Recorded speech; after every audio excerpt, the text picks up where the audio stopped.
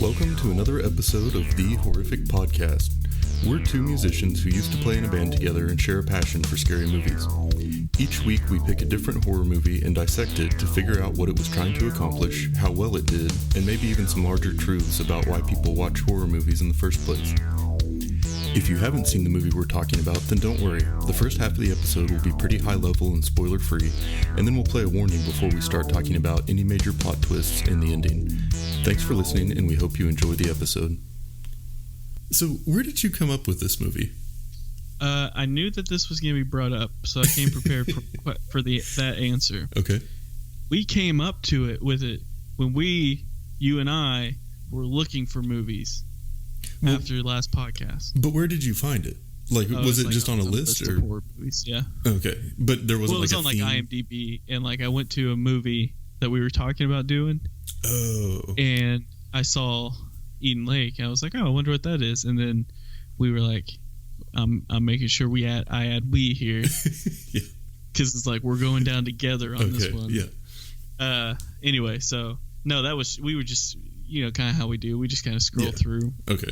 I didn't know if it was from a themed list or anything, or if there was never heard of it. We were talking about doing we were talking about doing one movie. It was unavailable. And that was recommended off of it. And I was like, okay, well, let's check this one. Okay. Yeah. Because I had never even heard of it. I hadn't either. And then in doing some reading about it and stuff, it really, it wasn't like it was a super wide release or is like a big cult hit or anything like that. It's just kind of a smaller movie. And it won some awards in Britain. Oh, really? But it made very little at the box office there, and it actually made more money internationally than it did there, oddly enough. But even that, it wasn't one that brought in a lot. So yeah, no, it definitely makes sense. I didn't even know it existed until last week when we were talking about it. Yeah, so I didn't either. But one thing I noticed in the opening credits that the name Paul Ritchie came up a fair amount.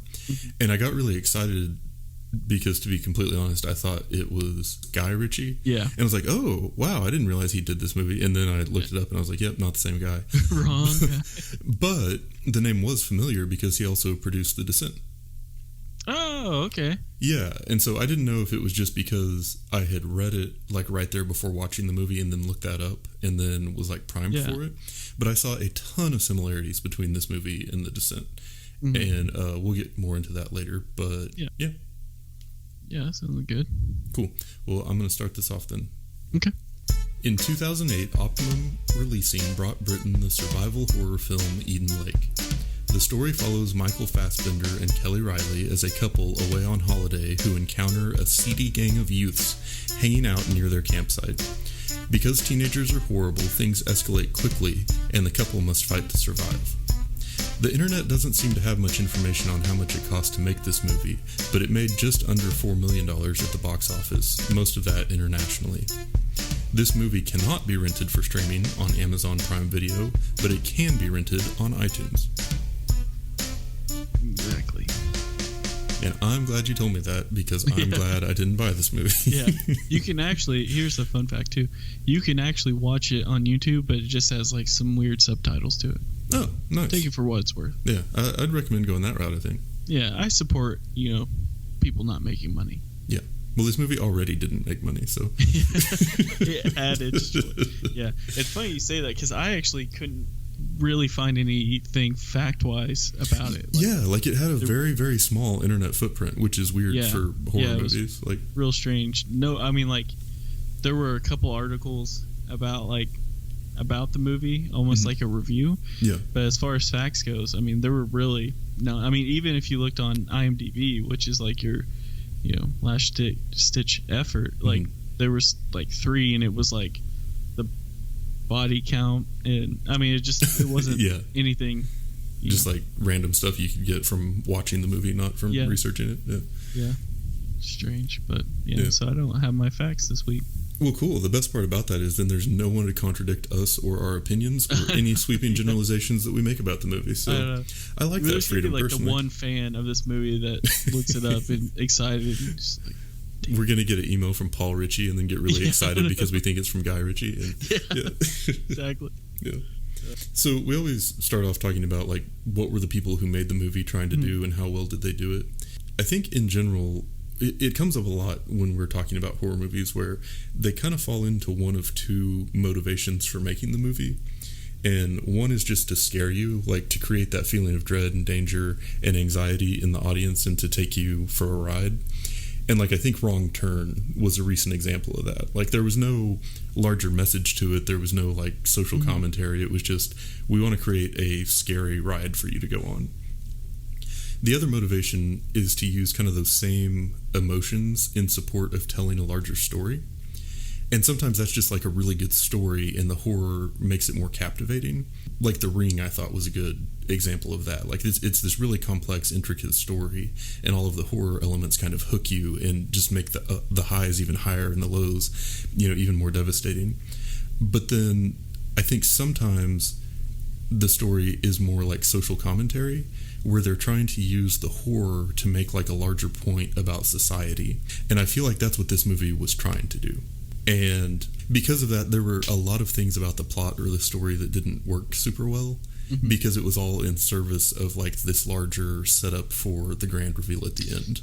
Right. Yeah. So like 3/4 of the way through, you're sitting there thinking like, okay, like what's this about? Like what's going on here? And thinking it was almost just like, I mean, it is a horror film, so you have like the brutality of it, and it's like, what is like this?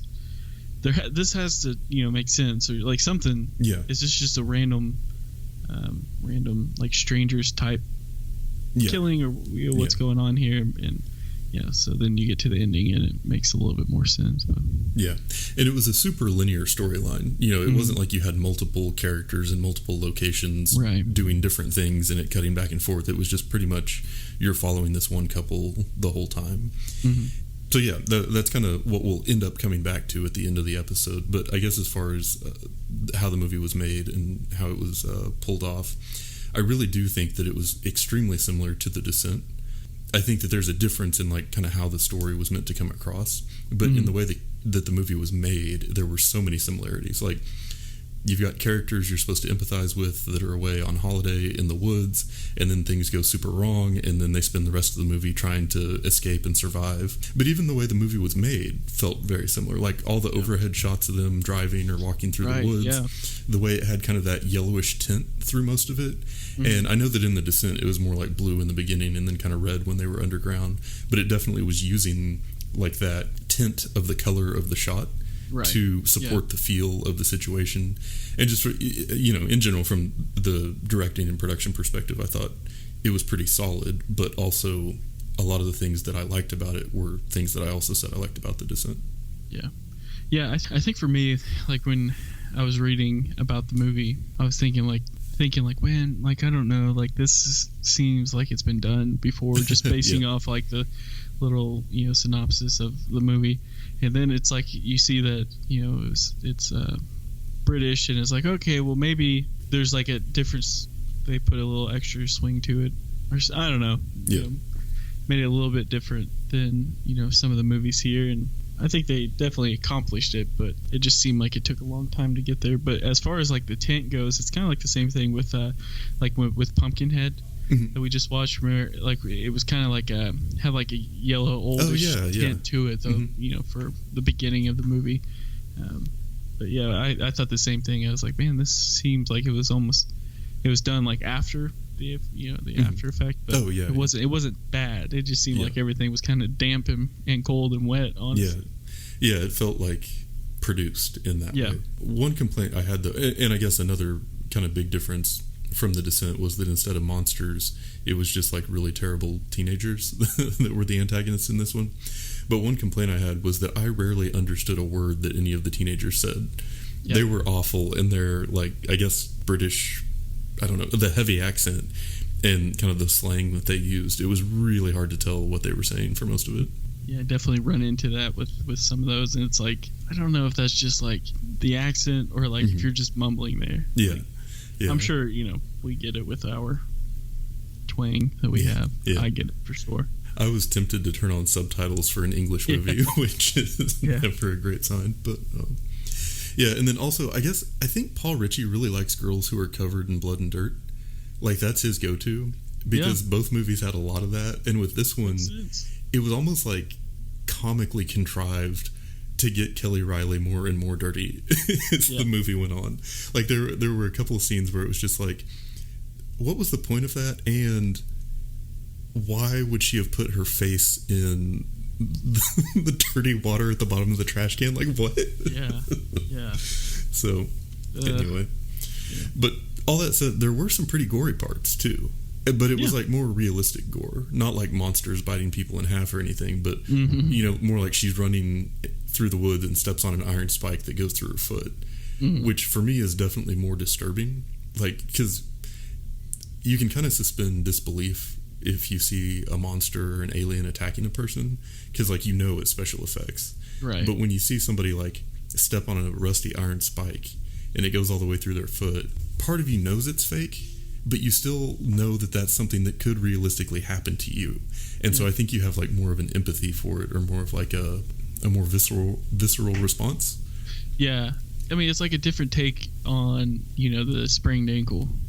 Yeah, so it was almost like it was a sense of relief, but I guess we could kind of get into that after the spoilers before I get too in depth with that. But I definitely have a lot more to say about what made the movie scary, but I really can't get into any of that until after the spoiler warning, because it'll give away too much about the plot. So yeah, but I think as far as, like, I honestly, like, so this was 2008, and it pulled off like one of those aerial shots when the couple's going to the actual lake itself, and it was like real pretty. It was like, you know, they were driving down, you know, kind of a dirt road, and the shot was, I mean, I assumed it was done with like a quadcopter. What are those things?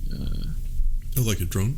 Drone, yeah, like with a drone, but it was still early enough where, you know, you see a lot of, if you watch any like vlogs or anything, people who have the drones, they get that same kind of shot of them driving. It's like, okay, well, these guys kind of did it first, but doing that, even though it's something we see a lot nowadays, at that time it didn't seem as relevant, you know. So that was, I thought it was a cool idea for a shot. Well, and I think that it was important too, because we talked about, like, with 28 Days Later, where you have those big overhead shots of the abandoned cities or abandoned fields or whatever, and then you see just the one car or the one person moving through it. Yeah. And the whole idea was to emphasize the isolation and to make you appreciate, like, how far people are away from getting help. And I think that it was using it in the same way in this movie. Going into the movie, watching, like, just like the first couple scenes, this movie had, no, I'm sorry, I'm going to get into this after the spoilers. Just remind me, just say, what were you going to say earlier? And I'm going to say, what? And then I'll say, oh yeah. Well, let's go ahead and just do the spoiler warning now, because I feel like we're just going to keep running into it.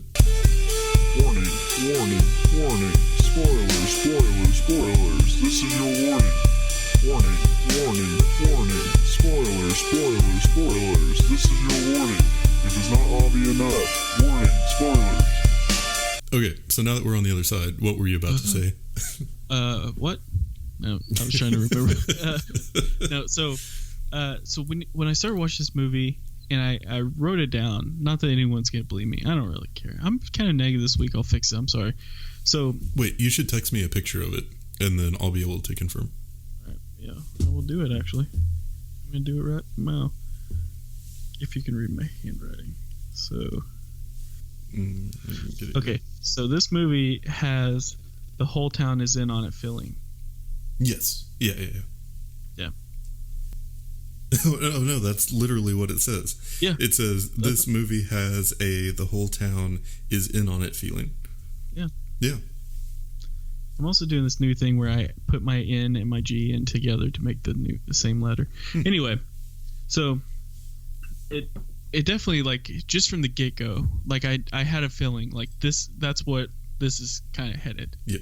And I think it was kind of like maybe on purpose. I wrote that down specifically when the mom slapped the kid. Yeah. It was like, as soon as that happened, knowing going into it that this movie is about unruly kids, it's like, okay, surely that this is going in on each other. But I mean, it kind of proved to work. I think it definitely does have like a deeper meaning to it, which we could kind of touch base at the end about. But I think it was just like almost a little predictable. But this movie is also made, which my second note here, I think this movie is made to provoke frustration, to piss you off, to piss the viewer off. Yeah.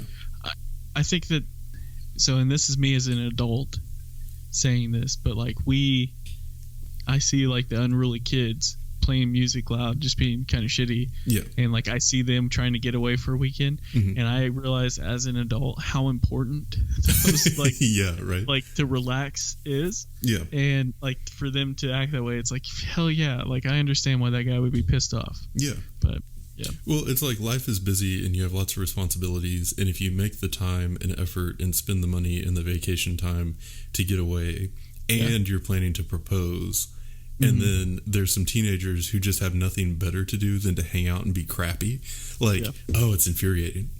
Yeah. And then, so anyway, but then at the top of my notes, you can see there, the best thing came to me when I was watching it. And this movie was full of unrealistic reactions. Okay.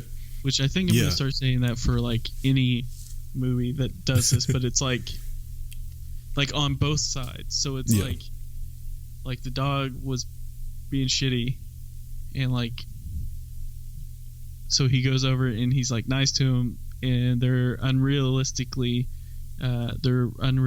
reaction was, just not normal. They're walking by after they finally leave, and Brett pulls his limp dick out. Yeah. It's like, okay, well that's, it was full of those, like, and then they're going back in town and they decide to follow those kids. And he goes in the house and he goes upstairs. It's like, these are unrealistic reactions that are happening. Yeah. No, I'm with you. And so I have my love and hate for the movie. And my hate is so many things about the plot and dialogue. And I know that I've said I'm going to limit myself to one love and one hate, so I had to make my hate really broad because there was a lot of stuff that fit into it. But it's just like, oh God, there were so many times that were just like you nailed it earlier when you said that it was like frustrating to the viewer. And so like after the car wreck, when the kids are chasing them and the guy's like, run away and find help, it's our only chance. And then she just hides under some logs nearby and then goes to sleep. Yeah. And then the next day she wakes up and then sees that he's tied up and being tortured. And she just stands there and watches for like an extended period of time. Then only when she's like seen or when it's kind of at a more desperate time does she actually try to get away. But even then she's just trying to get away. She's not trying to go and get help. So had she just tried to go get help as soon as stuff went down, this whole movie could have been a whole lot shorter. And so, and then even after like he gets away and then they're reunited and they hide in the water under that treehouse. And so his wounds definitely got infected in that nasty water. I was thinking the same thing. But then, like, just to make sure, she drags him through the mud, and then she puts him in a not very hidden spot and doesn't cover his face. And then they sit there and they have this long scene, and he's like, I can't move, and he's like, you have to get away. And she's like, I have to get away. And he's like, yeah, I'm safe here, go. And she's like, you need blood, I have to get to town. And he's like, yes, please leave. Like, I've been asking you to go get help for like the last 12 hours. And she's like, Steve, I have to leave you here and go to town. And he's like, I am dying. And she's like, no, Steve, I need to go get help. And she's like touching his face the whole time. And you're just like, you're saying the same thing. Like, why are you staying there arguing with him and delaying even more going to get help? And just, so many scenes. One last argument before I go? Is that exactly. Yeah. But man, that was so frustrating. And I feel like that's kind of a lot of the scenes. You're like, why are they doing that? Why are they not doing the obvious thing that they should be doing that would get them out of this situation? Yeah. Yeah, I think... yeah, I agree, because it's like even the initial meeting between them and the hooligans. And if I were in that situation, I would have just moved. I mean, right? Yeah. Like, You've got the entire coastline. Just go find somewhere else. But yeah, and it's like, okay, well, that's, it's shitty that they came up but that's gonna happen. Yeah. It's just the two of you on this lake. It's kind of weird anyway.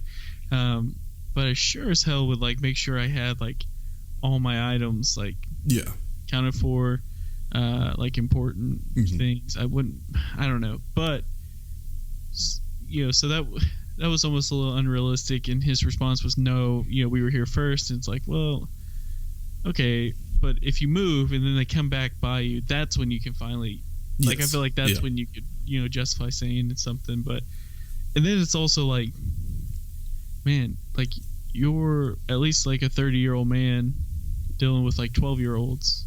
Just kick their ass. Like, how many fifth graders could you beat up? Like that website? And it's like, okay, yeah, you killed a dog. Accidentally, yeah. They're trying to kill you, man. Yes, yeah. So, kill them. Right? Am I right? It's a fight or flight thing. Yeah. Yeah, like when the kid came at him with the knife, like that's the point where we stop being civil, like, I don't, Yeah. So. But that's also, that's why I have my concealed carry. Yep. For reasons like that, Daniel. Although, I'm pretty sure it would be a lot harder to get that in Britain. Although, it's not in Oklahoma as of November. You don't have to take a test anymore. Oh, really? Smart we are. Anyway, so, yeah, I think with some of those reactions that they did, it pissed me off, but I couldn't really tell if it was on purpose or not. Do you know what I mean? Like, yeah, like what was purposefully frustrating versus what was bad writing. Yeah. So what were your thoughts about the acting on this? Oh, did you have, I mean, did it go one way or another for you? Not particularly. I mean, I thought that the kids did a good job of being snotty and terrible, and I thought that the parents also did a good job of being pretty terrible. Actually, yeah, but I really do. I think it was more, for me, it was more bad script than bad acting. Yeah. Because, like I mentioned, that scene where they're just like arguing the same side of whether she should leave or not for an extended period of time. Like they acted fine. It just wasn't convincing because it was poorly written. Yeah, I think, I agree with you 100%, because I was kind of thinking of it too. It's like, man, this isn't necessarily bad acting. It's just some of the stuff they're saying is just kind of stupid. Yeah. There's the line in the movie after I don't remember this kid's name, but he was the kid who said, I'm not supposed to talk to strangers. Yes. He lures, what's her name, Susan? Yeah, I just referred to her as Kelly Riley in my notes, but yeah. Oh. He lures Kelly Riley back to the hoodlums. Yeah. And hooligans. And anyway, so he does that. They decided they're going to burn him at the stake.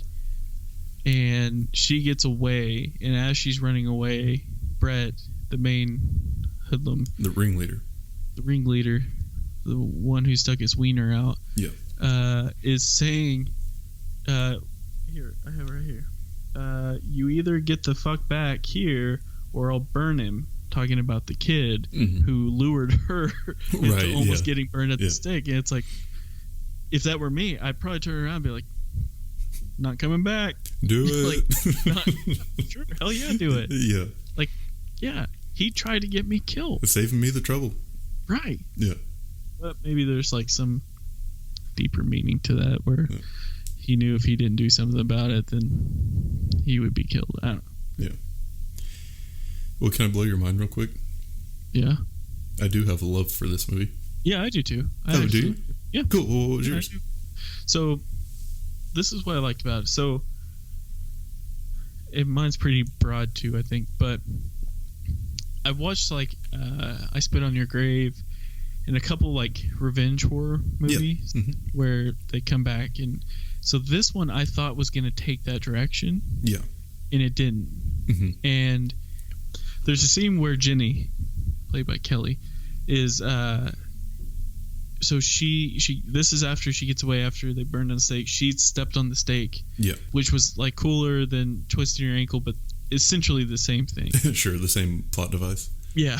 And just more brutal, I guess, more effect to it. But anyway, she goes and she gets the map to figure out how to get out of where she's at. And because I think by this point she had ran in a circle, and you could kind of tell that because it had the same sign. I think it was at this point. But anyway, you mean now that she was actually trying to run away and find help? Right, yeah, she just ran in a circle. But anyway, so she hides in the trash can. The kids come. She hides in the trash can that has standing like dirty trash water at the bottom. Yeah. And she just sits in it, and then somehow when she gets out, her face is covered in dirty trash water. But go on. She went under because that kid opened the trash door. But she didn't, like, it wasn't deep enough for her to completely submerge. It was stupid. But sorry, go ahead. Yeah, it was definitely disgusting. It was, I agree with you. But, I think that was, anyway, so she gets out. She grabs a piece of glass that she had wrapped with her skirt, and the kid comes up behind her, and she immediately kills him, stabs him in the neck. And that was the point where I was like, okay, here comes the revenge horror that I was expecting this to be. And then it didn't. Like, it showed, like, she went back to having, like, almost like a realistic reaction, like immediate regret. Seeing a kid die. Yeah. Even though her husband had just died. I don't know. But anyway, so I actually, that something I had in my notes for the part where we talk about specific scenes was I really wanted to talk to you about that one. And that kid, I think, was meant to be more sympathetic than most of the others because he clearly was not into what they were doing. Like, there was a certain point where he's like, this is too much, what we're doing is wrong, and I don't want to be a part of it. And then he was threatened into taking part. So when she turned around and killed him, I feel like the movie wanted you to feel bad in that moment. Yeah. So even though he's part of this like gang of horrible teenagers that are like terrorizing this couple, and his now has a body count, you're meant to have complicated feelings about that.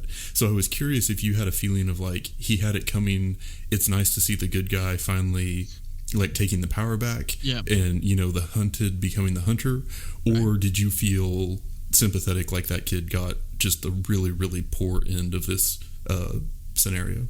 Yeah, so initially when that happened, because I definitely know, so initially when that happened, it's like, well, yeah, that kid deserved to die. He let her boyfriend, fiance die. He didn't want to be part of it. Mm-hmm. There was that sympathy there.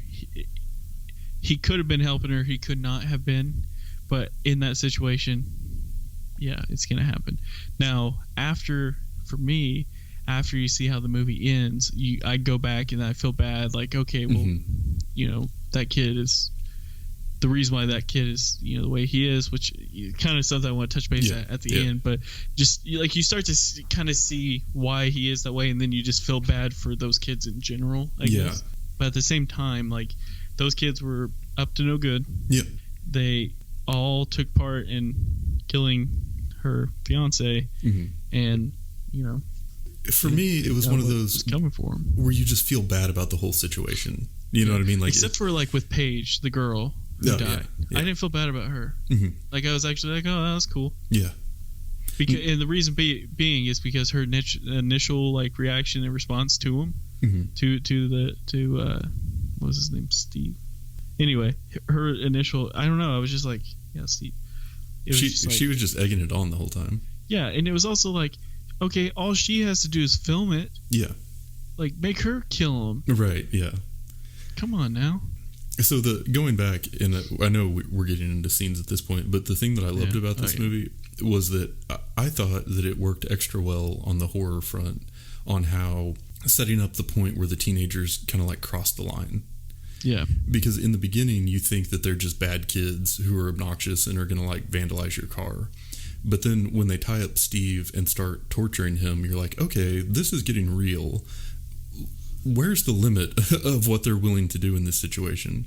And then when he's dead, it's like all the rules are just gone. Like, there's no limit to what those kids will do.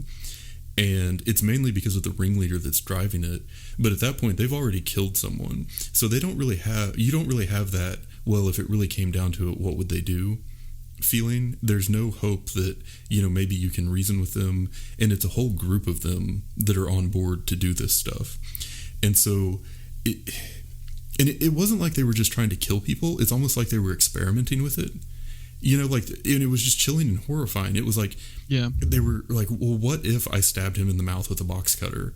Let's film that. Like it just I don't even know how to describe it the right way, but the idea of we don't have limits. Nothing's stopping us from doing the worst thing we can imagine. And now we're going to do that just to see what happens is like super chilling.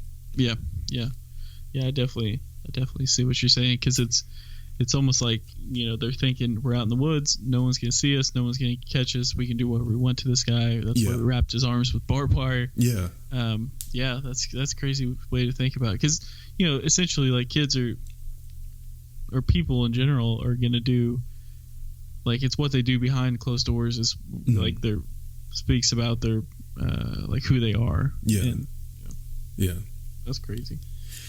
Yeah. But it's also like, if you're going to go out and do all out, like, you're going to have his arm wrapped up in barbed wire and show the cuts and the blood. And like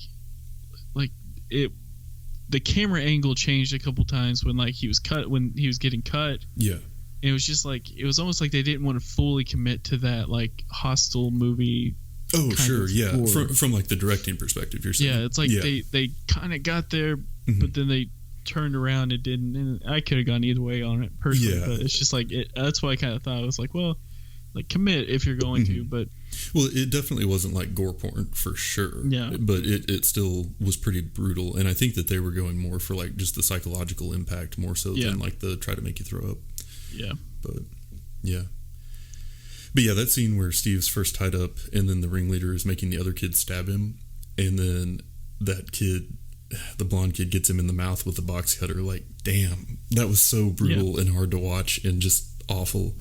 And then there was another, it was kind of a long sequence, but when the kid that was getting bullied in the beginning leads Kelly Riley back into that ambush like you talked about, and then the bullies make him throw the match onto the gasoline, and then Kelly gets away, and then they like put the tire over the kid's arm so he can't move, and then set him on fire too. Like, oh, that was hard to watch. And that was the point where, like, what I was talking about like the no rules, like, psychological impact kind of kicked in hard, because it's like, okay, they're just like experimenting at this point. I mean, they're just being as terrible as possible, and mayhem. Pure chaos, and it was rough. And we're kind of leading up to the end of the movie, but so my love kind of continues into that. Kelly has the sense of, or Jenny has the sense of, dread after stabbing the kid in the throat, and fast forward to the end when she's in the bathroom and she has that straight razor, and she goes, it's like she knows what's going to happen, and then she puts it away, like she's almost like, I'm not going to go out that way.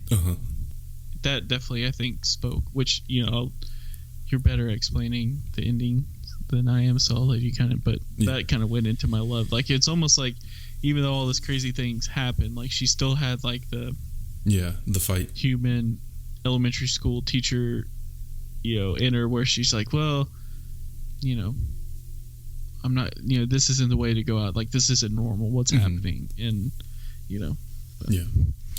so I guess just getting into the ending then, she finally makes it out of the woods. She flags down a car on the road and gets it to stop and pick her up, but then it turns out it's the older brother of one of the teens that have been tormenting her the whole time, and he's going to find his brother, and when he gets out to do that, she steals the car and then drives back to town.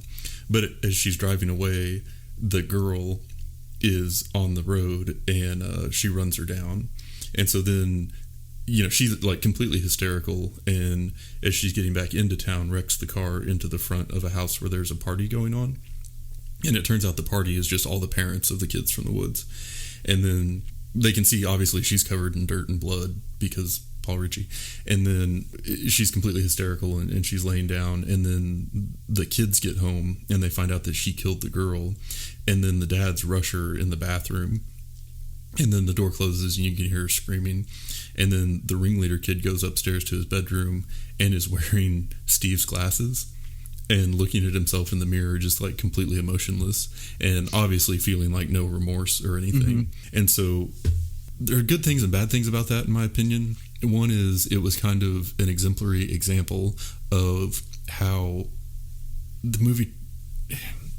things just kind of lined up from a perspective of like, oh, the other girl just happened to be walking into the road, and the kid that picked her up just happened to be going out to pick up his brother, and she just happened to crash in the front yard of, and there were a lot of scenes like that where it was like, that didn't really make complete sense, and that was awfully convenient. But from the statement it was trying to make about society, I mean, just like you were talking about earlier, where now you have complicated feelings about the blonde kid that got stabbed. Yeah.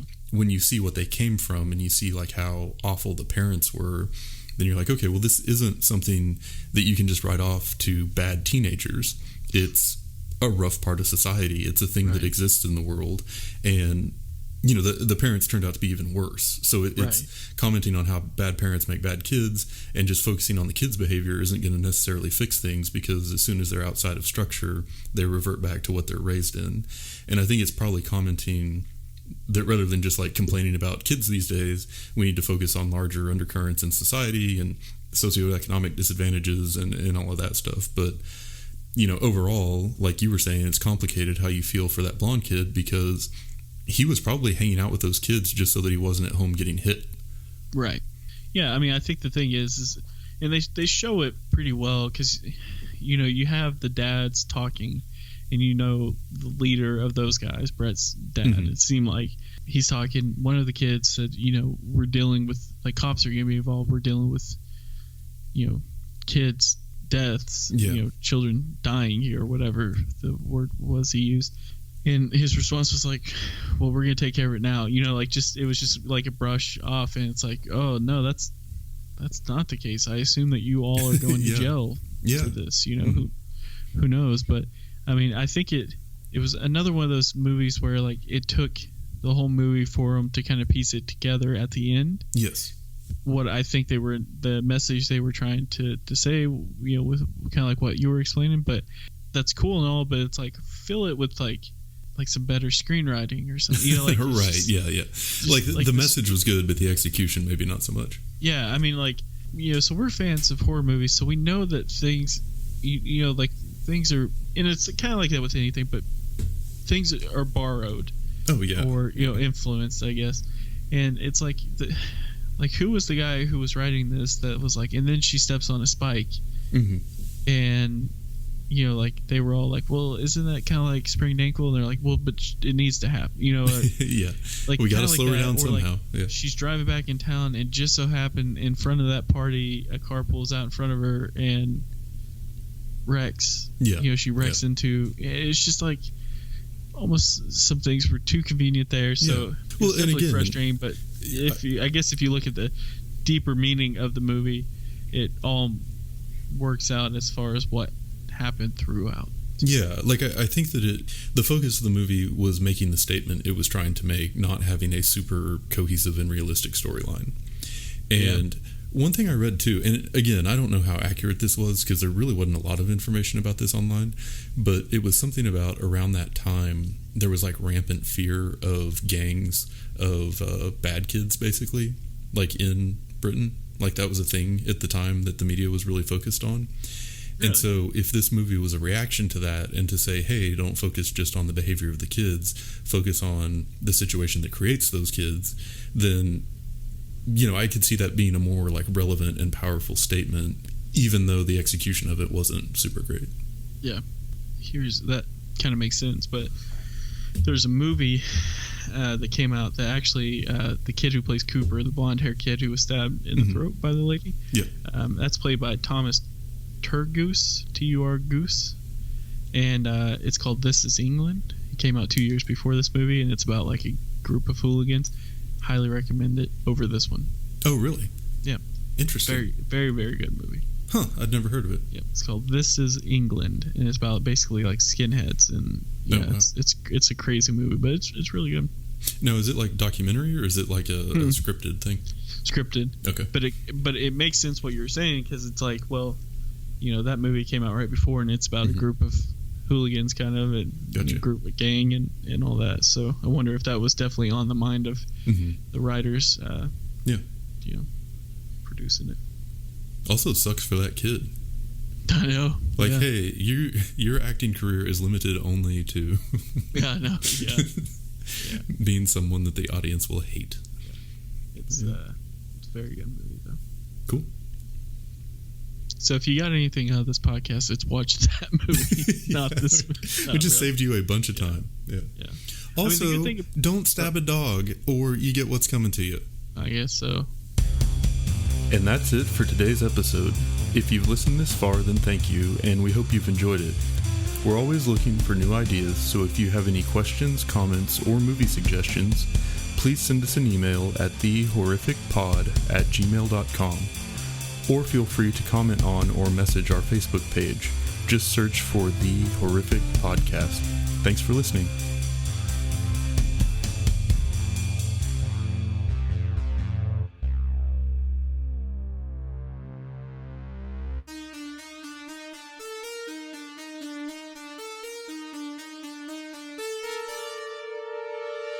Who are you going to recommend it to? I was gonna skip this part. Oh, okay. Time. Yeah. I figured. Sorry, I meant to tell you that before. I pulled that out of the notes for this week. I figured we could try without it. Yeah. If you're okay with it. Yeah, absolutely. Since that's your least favorite part. It's my absolute least favorite part. All right. I have loved our text thread with Donnie today. It's made me happier than just about anything I've done this weekend. Oh, Donnie, he just tries to be so nice, and it's like, nope, that's not happening.